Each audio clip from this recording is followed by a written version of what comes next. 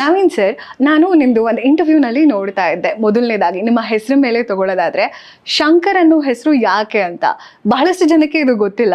So Naveen Shankar ಅನ್ನೋ ಹೆಸರು ಯಾಕೆ ಅಂತ ಹೇಳೋದಾದ್ರೆ, ಫಸ್ಟ್ ಇಲ್ಲಿ ಬೆಂಗಳೂರಿಗೆ ಬಂದಾಗ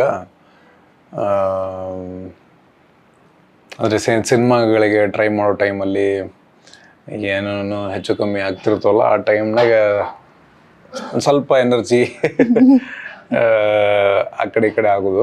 ಆ್ಯಂಡ್ ಶಂಕರ್ನಾಗ್ ಅವ್ರ ಬಗ್ಗೆ ಮೊದಲಿಂದನೂ ಭಾಳ ಪ್ರೀತಿ, ಆಮೇಲೆ ಒಂಥರ ಅಭಿಮಾನ. ಆಮೇಲೆ ಅವ್ರದ್ದು ಕತೆಗಳು ಇರ್ತಿತ್ತಲ್ಲ, ಎಲ್ಲ ಹೇಳ್ತಿದ್ರಲ್ಲ, ಕತೆಗಳು ಅಂದರೆ ಬರೆದಿರೋ ಕತೆಗಳಲ್ಲ, ಅವರ ಕೆಲಸದ ವೈಖರಿ ಬಗ್ಗೆ ಹೇಳೋರು, ಆಮೇಲೆ ಅವ್ರ ಸ್ಪೀಡ್ ಬಗ್ಗೆ ಹೇಳೋರು, ಅವ್ರು ಎಷ್ಟು ಎನರ್ಜಿಟಿಕ್ ಆಗಿರ್ತಿದ್ರು ಅಂತ ಹೇಳೋರು, ಆಮೇಲೆ ಅವ್ರ ಕನಸುಗಳ ಬಗ್ಗೆ ಹೇಳೋರು. ಅದರ ಒಂದು ಶಕ್ತಿ ಇತ್ತಲ್ಲ. ಸೊ ಅವ್ರ ಅಭಿಮಾನಕ್ಕೋಸ್ಕರ ಇಟ್ಕೊಂಡಿದ್ದದು ಶಂಕರ ಅಂತ. ಸೊ ಆ ಹೆಸರು ಇದ್ರೆ ನೀವು ಲೇಜಿ ಆಗೋದಕ್ಕೆ ಬಿಡೋದಿಲ್ಲ ನಿಮಗೆ ಅಂತನಾ? ಡೆಫಿನೆಟ್ಲಿ. ಆ್ಯಕ್ಚುಲಿ ಹಂಗೇನೆ ಥಾಟ್ ಬಂದಿದ್ದು ಹಾಗೇನೆ.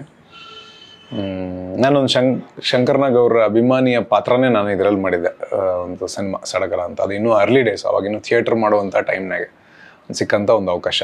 ಆ ಟೈಮ್ನಾಗೆ ನನ್ನ ಫ್ರೆಂಡು ಅಕ್ಷಯ್ ಅಂತದ್ದು ನಾನು ನವೀನ್ ಶಂಕರ್ ಅಂತ ಕರೆಯೋಕ್ಕೆ ಶುರು ಮಾಡಿದೆ. ಅದಾದಮೇಲೆ ನಾನು ಅದು ಮೋಸ್ಟ್ಲಿ ಐ ಥಿಂಕ್ ಅವ್ರ ಕ್ರೆಡಿಟ್ ಒಳಗೂ ಅದೇ ಹಾಕಿದ್ರೋ ಏನೋ ಗೊತ್ತಿಲ್ಲ, ಕ್ರೆಡಿಟ್ ರೋಲ್ ಹಾಕಿರ್ತೈತಲ್ಲ ಆ ಟೈಮ್ನಾಗೆ.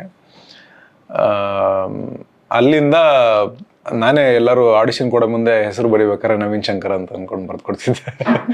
ಸೊ ಅದು ಇರಲಿ, ಹೆಸರು ಜೊತೆಗಿದ್ರಪ್ಪ ಅಂದರೆ ಇನ್ನೂ ಹೆಚ್ಚಿಗೆ ಕೆಲಸ ಮಾಡ್ತೀವಿ, ಒಂದು ಸ್ಫೂರ್ತಿ ಸಿಗ್ತೈತಿ ಅಂತ. ಇವತ್ತು actually if I am feeling low, ನನಗೆ ನನ್ನ ಹೆಸರನ್ನೇ ನಾನು ಕೇಳ್ಕೊಳ್ಳೋದು. ಹೆಸರನ್ನಾಗ ಯಾರ ಹೆಸರು ಇಟ್ಕೊಂಡು ನೆನಪಿರಲಿ ನಿನಗೆ ಕೆಲಸ ಮಾಡುವಂಥದ್ದು.